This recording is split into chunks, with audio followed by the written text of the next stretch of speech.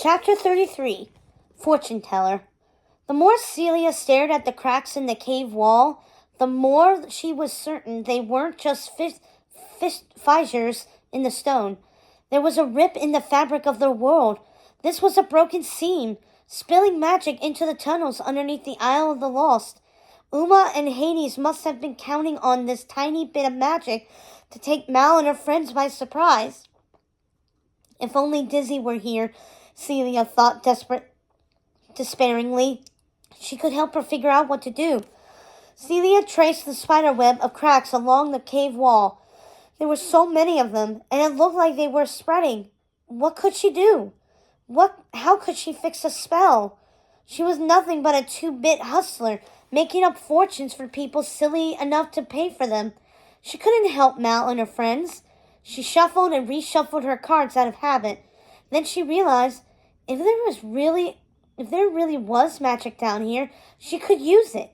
She sat down on the cold cave floor, cutting and shuffling her cards. She would read her own fortune to guide her hand and find a solution. For once, her tricks might actually work. How do I fix the cracks? She asked the cards as she shuffled them again and again, her hands shaking from nerves. Celia placed 3 cards in front of her. The first card was the Magician, her past. The next card was the Queen of Wands, her present. The third was the Hermit, her future. What did it mean?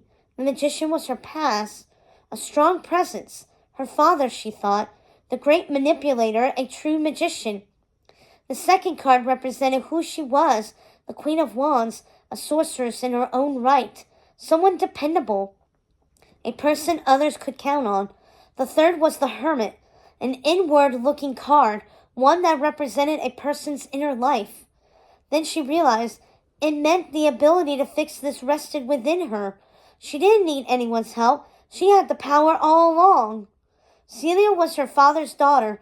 Dr. Facilier wasn't just the headmaster of Dragon Hall. He was a powerful witch doctor who had friends on the other side, including one particular friend who was very close indeed. She knew what she had to do, a spell to fix a spell. She called on her shadow, the creature that lived in her. Her shadow peeled herself away from Celia and turned to her. What is your command, mistress? Seal the spaces in between. Weave the fabric of the barrier spell back to its rightful strength. And where there is light, let darkness rule, Celia ordered. Cast yourself wide and dark and deep. Her shadow nodded and then leaped onto the wall. It grew until it covered the cave in darkness, and one by one every thread of light in the cave blinked out.